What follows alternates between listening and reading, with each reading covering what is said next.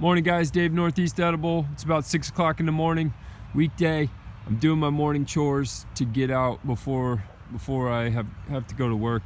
So just came across this autumn olive, had a couple questions come up about them being autumn olives being invasive, and it's true, they are. You can see this guy right here. It's not that old of a tree, it's probably 10 years old. There's got a ton of little flowers on them. Those will all possibly turn into berries, and those will all have a chance to propagate themselves via seed. Birds love them. So one of the reasons I'm letting some autumn olives go, and this is a pretty good one, a pretty nice one, and the fruit tastes really nice.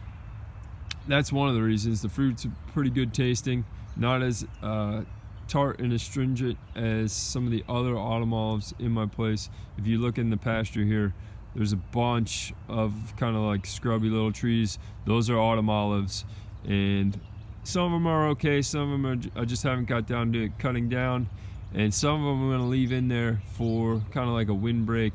Ultimate goal is to have some cattle out there, a couple head, just for home production, home meat yields. But back to autumn olive. So this tree, this is in with my chickens. Chickens are still locked in. I haven't let them out yet for the day, but you can see ground cover. I let the grass grow up. I let any weeds come up. Basically, birds are a jungle creature originally, so this longer grass kind of puts them in their native territory, in their habitat where they like to be at. Does a couple things. These trees right here, we've got a couple other trees over here. Those will give cover from the birds of prey, like a hawk, and mainly hawks are what we're dealing with, red-tailed hawks around here. We have some Cooper's hawks, which are a little bit smaller, have been known to take off birds as well, but it's mostly the red-tail. So we leave this autumn olive in here, even though it's invasive, even though people say it spreads like crazy. This thing's probably 10 years old. You don't see another one around here. Why? Because the chickens eat all the fruit drops. The chickens will take care of the seeds. They probably eat them up, but any young little seedling that comes up, they will eat those as well. So it's a great idea to let autumn olive go. This is a good, in certain situations. This is one of those where I let it go.